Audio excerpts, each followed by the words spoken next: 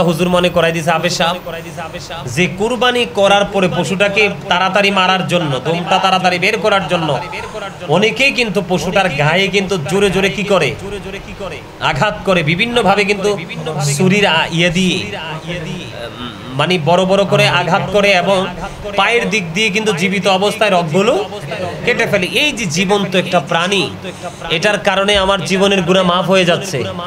এটার গায়ে যে কি পরিমাণ পশম আছে সেটা আমরা জানি না। এই পশমের সমপরিমাণ আমাদের আমল নামায় নেক ঢুকছে, আল্লাহ রাব্বুল আলামিন খুশি হয়ে যাচ্ছে। এবং কাল হাসরের ময়দানে আমাদের এই যে কুরবানি তাকওয়া নিয়ে করে থাকলে এই কুরবানির পশুর শিং খুর এগুলো কিন্তু আল্লাহর দরবারে উঠবে। সুবহানাল্লাহ। আরো জোরে। এভাবে আঘাত করা কিন্তু জায়েজ নাই, আমরা পশুকে সেইভাবে আঘাত করব না। আর যখন পশুটা যখন জবাই হয়, পশুটা জবাই করার পরে গোশত যখন বন্টন করে একা একা তো আর সম্ভব না, শ্রমিক লাগে, মানুষ লাগে। কি লাগে? মানুষ লাগে। আমরা কুরবানিটা যখন করব তখন গোশত বন্টন করব। গোশত বন্টন করার পরে যারা গরুটাকে রেডি করতে যারা নিয়োজিত কর্মচারী হিসাবে কাজ করবে তাদেরকে কিন্তু গোশত দিয়ে চামড়া দিয়ে কিন্তু তাদের পারিশ্রমিক পরিশোধ করা যাবে না।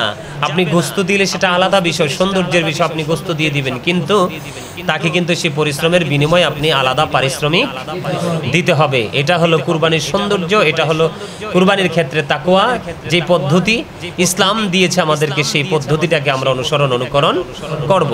আরেকটা বিষয় হলো চামড়াটা, পশুর চামড়াটা, পশুর চামড়া যখন আমরা বিক্রি করব, কি করব? বিক্রি করব। এই টাকা কিন্তু কুরবানি দাতা খেতে পারবে না, এটা হক গরিবদের, মিসকিনদের।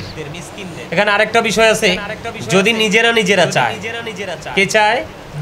যদি নিজেরা কুরবানি দাতারা চায় এই গরু পশুর চামড়াটা বিভিন্ন প্রক্রিয়ার মাধ্যমে সে ব্যবহার করবে, সেই ক্ষেত্রে আবার নিজে ইউজ করতে পারবে, ব্যবহার করতে পারবে, কোনো সমস্যা নেই। কিন্তু যদি বিক্রি করা হয় তাহলে এই টাকা গরিবদের মাঝে বিলিয়ে দিতে হবে, তাহলেই কুরবানিটা পরিপূর্ণ হবে।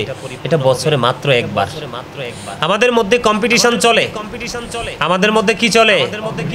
কম্পিটিশন চলে যে অমুকে 70,000 দিয়ে আনছে, আমি তার ডাবল 1,40,000 দিয়ে আনবো।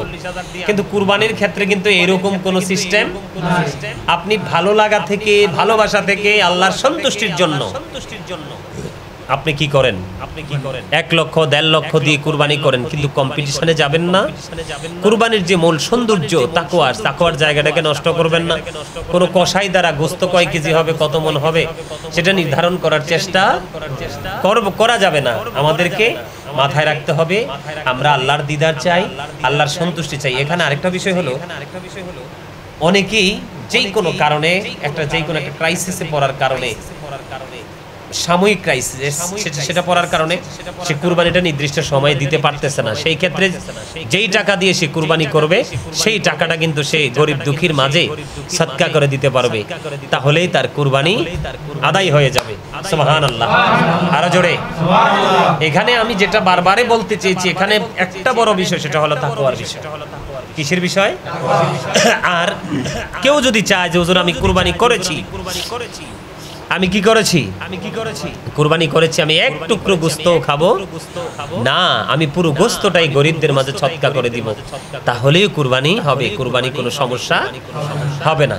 এখানে মূল বিষয় হলো যে আল্লাহ রাব্বুল আলামিন চায় আমরা কুরবানি করি, আর এই কুরবানির দ্বারা কিন্তু আমরা আল্লাহর আরো এক ধাপ আল্লাহর নিকটবর্তী হয়ে যেতে পারবো।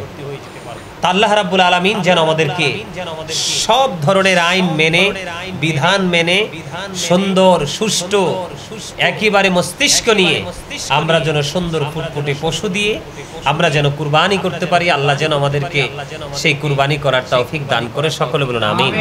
আরো জোরে বলুন আমিন। বিশেষ করে গরু জবাই করার সময়, পশু যেটাই আপনি দেন, পশু জবাই করার সময় কিন্তু যদি কোনো আলেম দিয়ে কুরবানি করান তাহলে কিন্তু পশুর সামনে থাকতে হবে। কুরবানি দেওয়ার সময় কি করতে হবে? হ্যাঁ, কিস্তি তুললে কুরবানি দেওয়া যাবে না।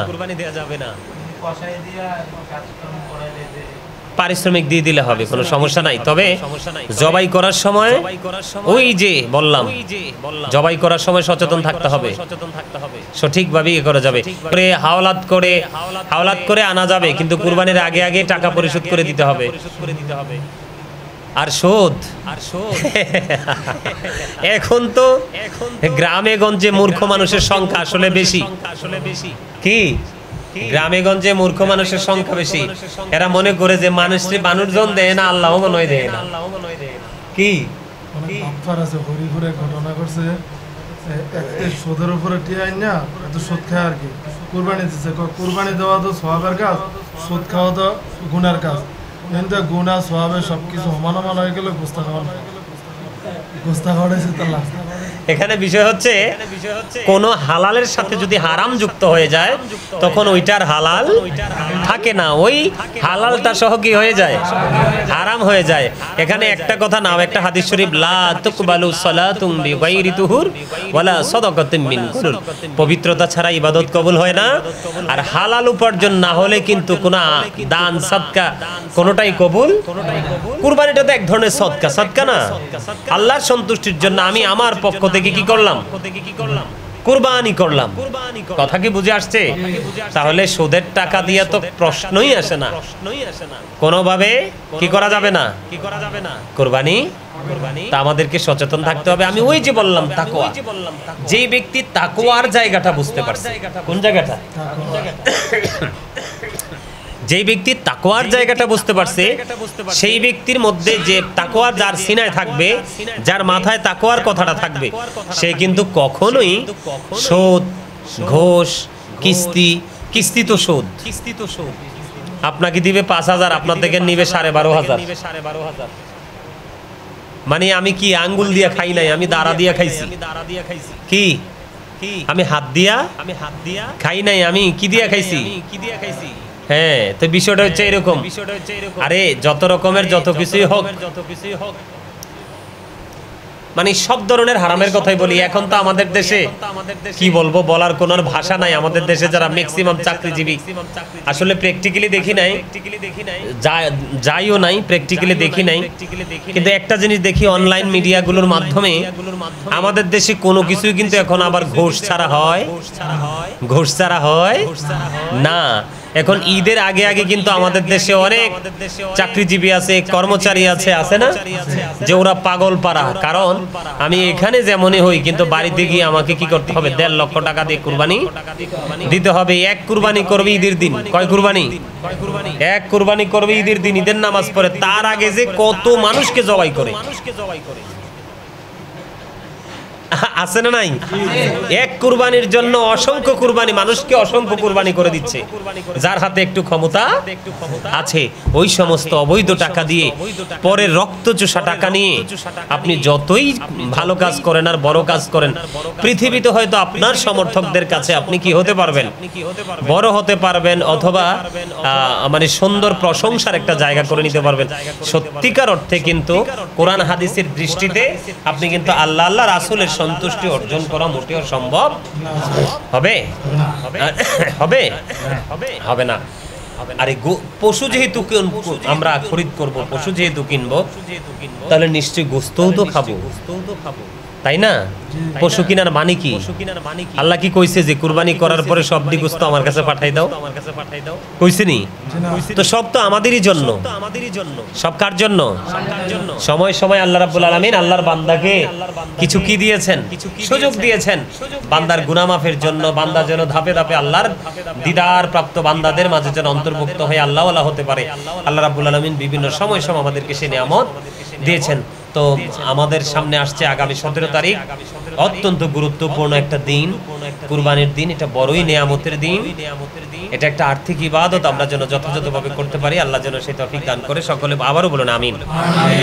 আরেকটা বিষয় হলো, অনেকে কিন্তু বুঝতে পারবে না 9 তারিখ। কয় তারিখ? 9 তারিখ ফজর থেকে 13 তারিখ আসর পর্যন্ত। আমি একটু সুন্দর করে বলে দেই, 9 তারিখ মানে হলো ঈদের আগের দিন। কোন দিন? ঈদের আগের দিন যে ফজরের নামাজ আমরা পড়ব, ফজরের নামাজ পড়ার পরে আমরা যখন ফরজ নামাজটা আদায় করব, সালাম ফিরি আমরা তাকবীরে তাশরিক পড়ব। ঈদের আগের দিন ফজর থেকে শুরু হবে, তার মানে 16 তারিখ থেকে। কত তারিখ? 16 তারিখ হলো 9 তারিখ, 17 তারিখ হলো 10 তারিখ, 18 তারিখ হলো 11 তারিখ, 19 তারিখ হলো 12 তারিখ, 20 তারিখ হলো 13 তারিখ। তাহলে 16 তারিখ ফজর থেকে, 16 তারিখ ফজর থেকে 20 তারিখ আসরের নামাজ পর্যন্তই তাকবীর চলবে। কথা কি বুঝে আসছে? আর যারা ঈদের নামাজের দিকে যাবেন, নিশ্চয়ই সবাই 12 মাস নামাজ না পড়লেও ঈদের দিন কিন্তু অনেকেই পড়ে নামাজ, পড়ে না?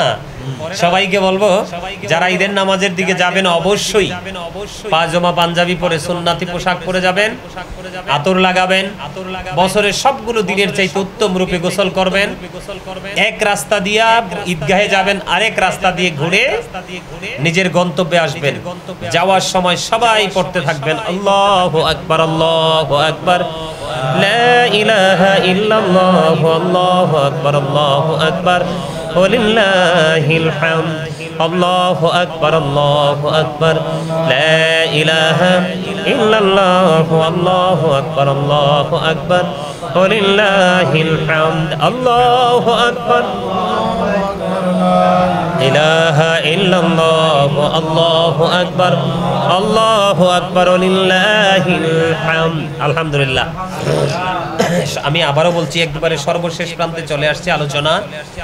আমি সবাইকে বলবো, কে কত বড় গরু দিয়ে, পশু দিয়ে কুরবানি দিয়েছে সেই টেনশন না করে আমরা সবার সিনায় যেন একটা টেনশন থাকে, আল্লাহ আমার কুরবানিটা জানি কবুল হয়েছিল, আল্লাহ তুমি আমার কুরবানিটা কবুল করে নাও। আমরা আমাদের সেই টেনশনে যেন থাকি, সেই প্রত্যাশা আল্লাহর কাছে করি।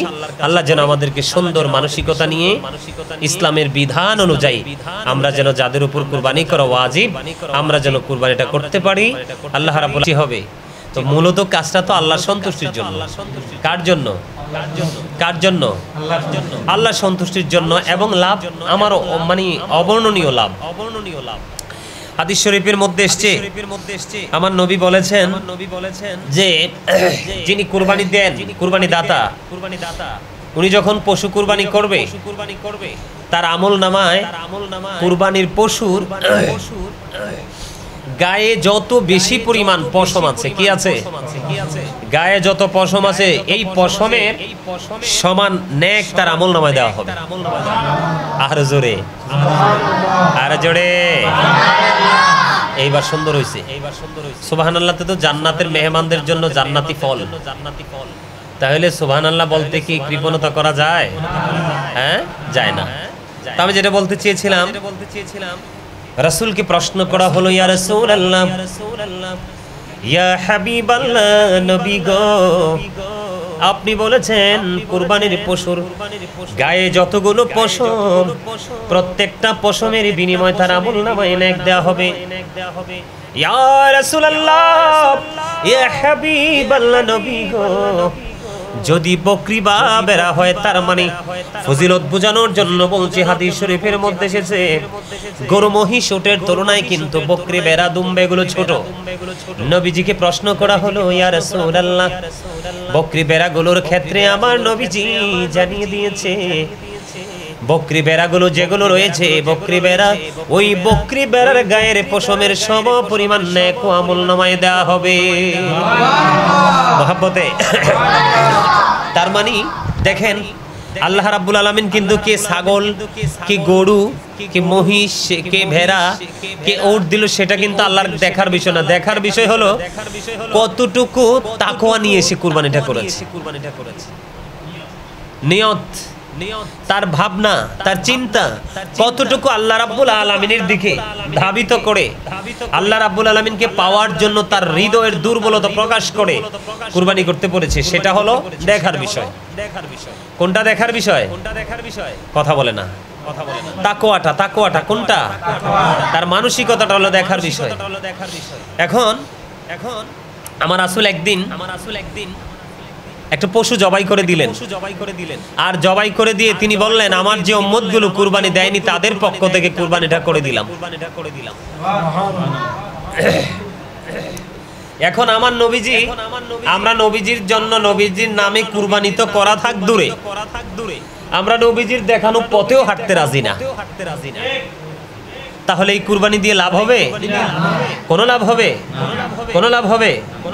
এখন আপনি যদি গোস্ত খাইতে চান, আল্লাহ আপনাকে গোস্তই খাওয়াবে, কিন্তু এই গোস্ত যে আপনাকে কতটুকু সুস্থ রাখবে সেটা শেষ পর্যন্ত ভাবার বিষয়, ঠিক না? ঠিক। আমরা কি কুরবানির গোস্ত মেপে, পশুর গায়ের গোস্ত মেপে পশু কিনে কুরবানি দিব, নাকি সুন্দর দেখে তাকওয়া নিয়ে কুরবানি দিব? আজকে ইব্রাহিম আলাইহিস সালাম যেমনি স্বপ্ন দেখেছেন, বাবা গো আমি স্বপ্নে দেখেছি তোমাকে কুরবানি করেছি, বাবা জলদি তুমি তোমার এই স্বপ্নকে বাস্তবায়ন করো।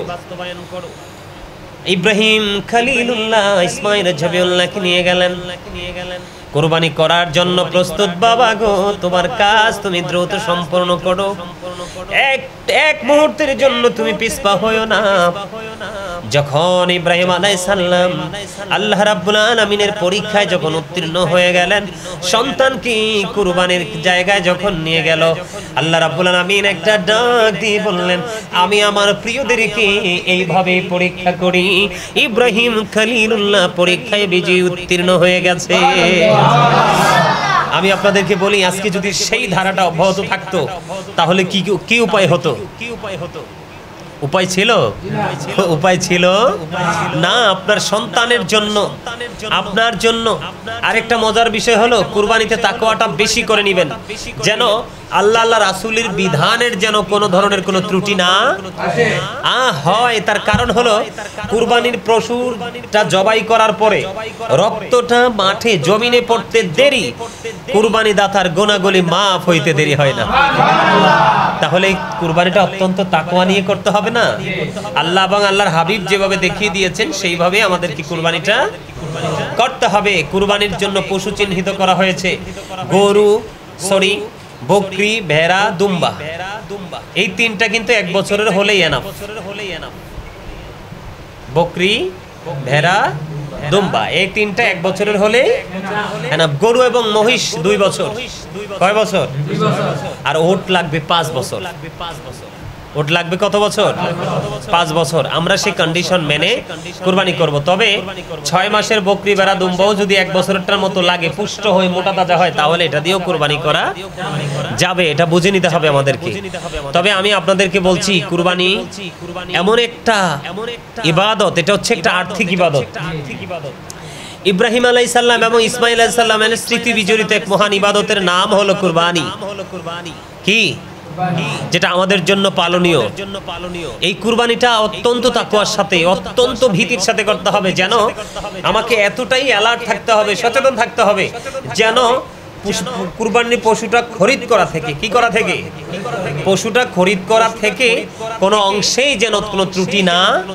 আমাদের মধ্যে একটা তর্ক বিতর্ক হয় কুরবানির সময় এলে, যে আমাদের দেশে আমরা যেটা বলি, কি বলো, আবাল নি বলে এগুলাকে, ওই যে দামরা, আবাল বা বলদ যেটাই বলে, এগুলো দিয়ে কুরবানি করলে হবে কি না? হবে। এগুলো দিয়ে কুরবানি করে কুরবানি বাতিল হবে না। আপনার কুরবানির পশুটা কুরবানি হওয়ার জন্য যেই যোগ্যতা প্রয়োজন, সেই যোগ্যতার ক্ষেত্রে আর যে ত্রুটিগুলো থাকলে কুরবানিটা হবে না। এই ত্রুটিগুলোর মধ্যে কিন্তু যেটাকে আমরা দামরা গরু বলি, এটা কিন্তু সে অসৌন্দর্যের মধ্যে কিন্তু পড়ে না। আপনি কুরবানির পশুটা কিনতে হবে ওই রকম দেখে, অতীব দুর্বল, যেটা কুরবানির জায়গা পর্যন্ত হেঁটে যেতে পারবে না, এরকম পশু দিয়ে কুরবানি করা যাবে না। কান কাটা, লেজ কাটা, এইরকম ধরনের, যেটাকে একদম প্র্যাকটিক্যালি অন্ধ, তো এইরকম ধরনের গরু দিয়ে কি করা যাবে না? কুরবানি করা একবারে নিখুঁত সুন্দর পশু দিয়ে কুরবানি করতে হবে। আর কুরবানিটা কিন্তু সবার উপর ওয়াজিব না। কি? কুরবানিটা সবার উপর ওয়াজিব নয়। প্রথমত হলো আপনি কুরবানিটা ওয়াজিব হলো মুসলমানের উপরে, কোনো অমুসলিমের উপরে নয়। আরেক দ্বিতীয়ত হলো যিনি মুসাফির ওনার উপর কুরবানি ওয়াজিব নয়, যিনি মুকিম ওনার উপর কুরবানি ওয়াজিব।